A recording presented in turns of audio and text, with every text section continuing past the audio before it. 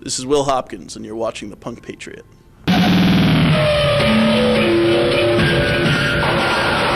Who are you, and why should we care? I'm Will Hopkins. I'm the director of New Hampshire Peace Action and a member of Iraq Vets Against the War and Veterans for Peace. Why should you care? Because your tax dollars are being spent at an alarming rate, and the troops, who I'd like to think most people care about, are dying and coming home with PTSD and traumatic brain injuries, and I'm doing what I can to try to stop that. So when you see like those little yellow magnetic sticker ribbons, do you feel, say, support the troops, do you feel adequately supported when you see those, or should we be putting more on? I think more. I think we definitely need a few more of those yellow ribbons. No, I mean, what you can do to support the troops is recognize that war is not the troops. War hurts the troops. We come home, some of us don't come home, and those of us who do, we come home and have nightmares. We come home injured. We come home and our lives are never the same. If you want to support the troops, you can work to make sure that they're getting proper health care. You can make sure that that they're getting medical and mental help.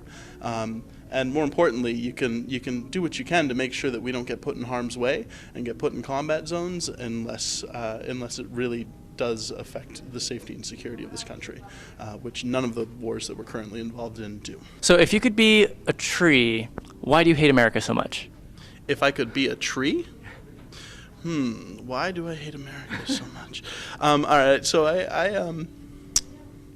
I'm not a tree, and I love this country. I love the people who live here. I love the spirit of our country. I hate the way that we let our media control us. I hate the way that our government is a tool of the people who help them get elected.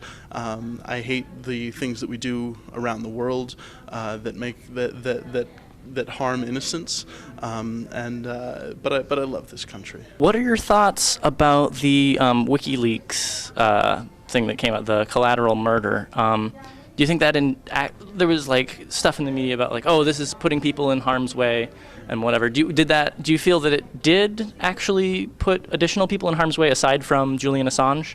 I think that there were a lot of people who got egg on their face because of these videos. I think that there are commanding officers, that there are members of Congress who, because of what's come out through WikiLeaks, who are a little embarrassed.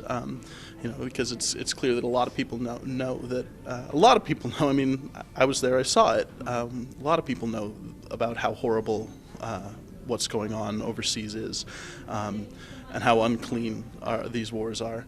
The WikiLeaks videos, they don't reveal any intelligence about what's going on. They don't do anything to put any troops serving over there in harm's way. What they do is they show Americans the reality of war. They show them the reality of occupation. It's embarrassing to people in power, which is why we have Bradley Manning in prison right now. It's not because he did anything that hurts this country or that hurts that puts anyone in jeopardy. So I think that the real criminals put Bradley Manning in jail, and that the folks who are making those claims, it's because they don't want to be embarrassed. What is your favorite color? I usually go with red.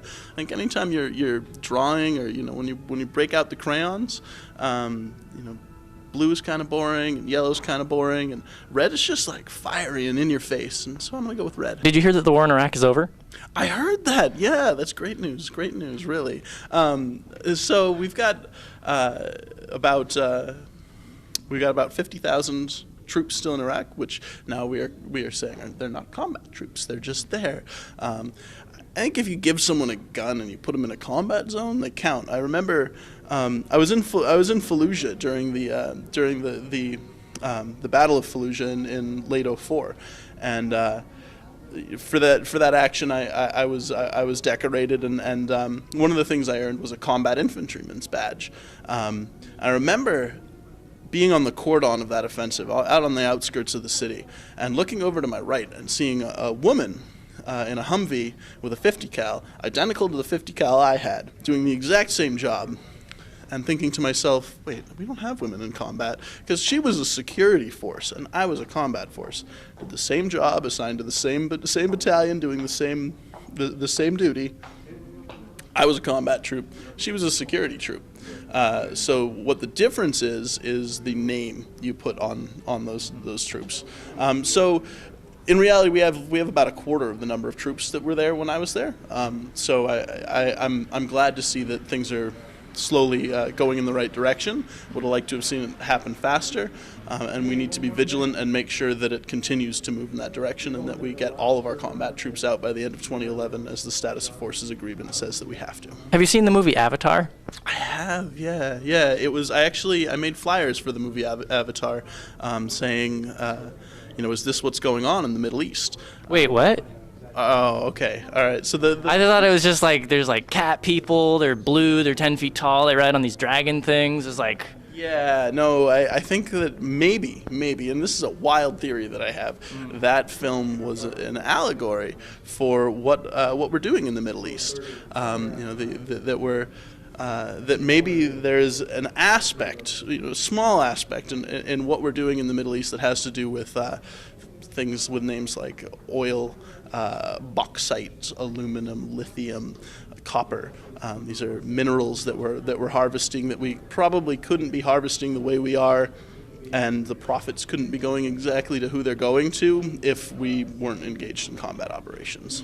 So do you think more people would be against the current wars if Arabs were 10 feet tall and blue? Yeah, I think that would help. I do. So, war, what is it good for? Absolutely nothing. I think that's no. War is good for a lot of things. War is good for building profits. War is good for assuring access to mineral resources. War is really bad for common people. War is about the elite keeping in power and the elite keeping access to the things that they want. Be it mineral resources, human resources, be it being within striking range of countries that they might be in competition for those resources with. As far as most of the people who you or I would be allowed to talk to, it's good for absolutely nothing. If you're going to talk to some folks who have a real stake in the corporate world, who are mostly multimillionaires, military contractors, they make a lot of money off of war, so it's good for that. But for us, for the bulk of people, it's really bad for us. What are your views on the legality of the war in Iraq? Is it, as Pat Tillman said, illegal as hell? Oh, yeah. Illegal as hell is a good. You've got Articles 39 through 42 of the United Nations Charter, which, were it a non-binding document, would be irrelevant. But they say that you're allowed to attack another country if you are first attacked by them, or if they're lining troops up on your border and you have an imminent attack, or if you have the go-ahead from the UN Security Council.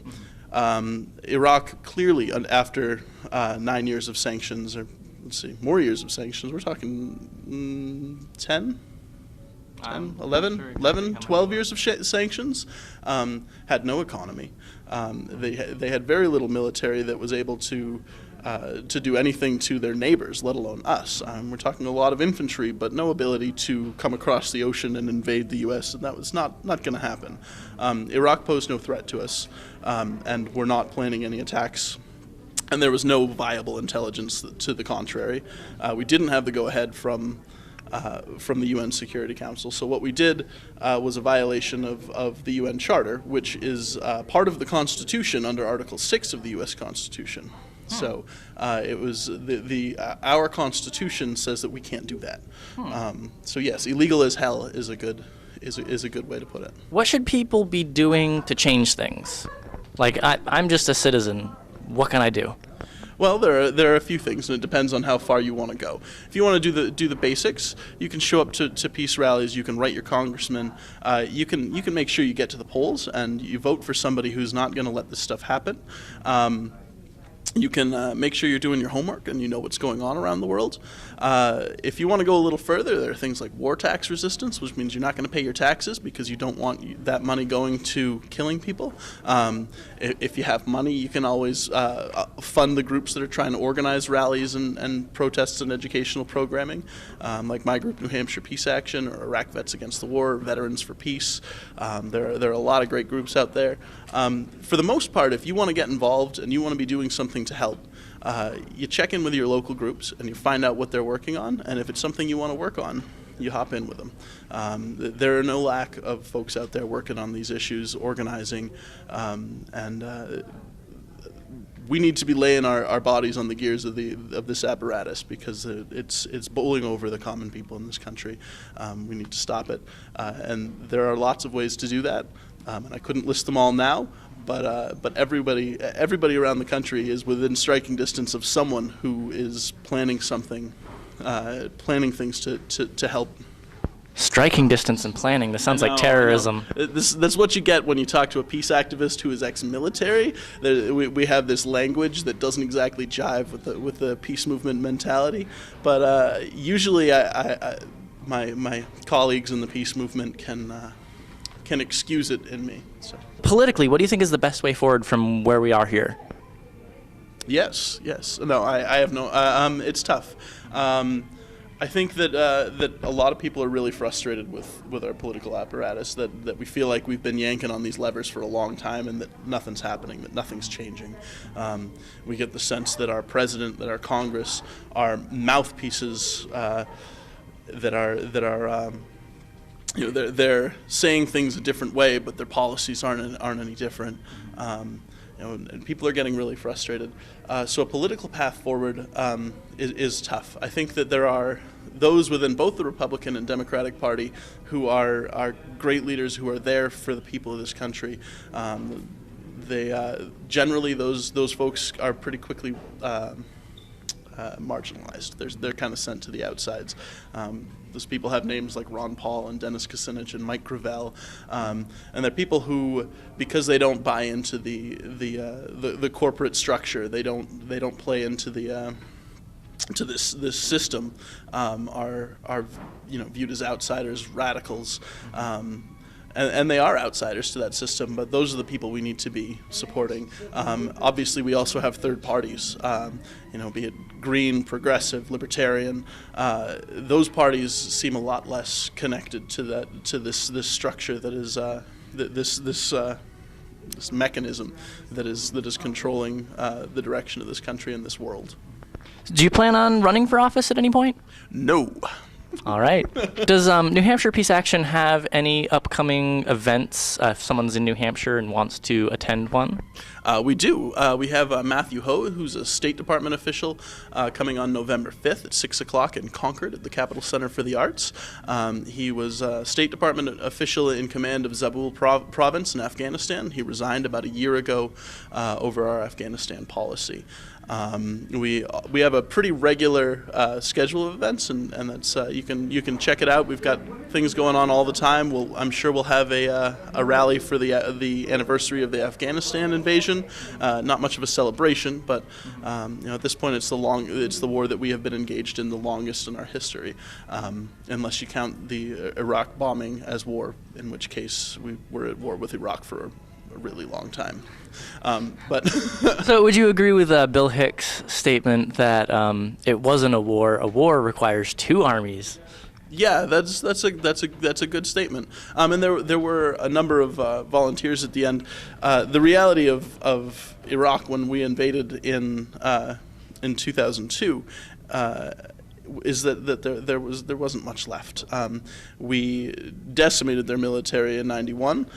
We'd been continuing to bomb them throughout that period, and the Iraqi people view the U.S. war with Iraq as starting in 1991 and it's still going on. As far as they're concerned, that there was what happened in 2002 is just that we moved our troops in, and it was no longer just bombing, that we moved our troops in as well.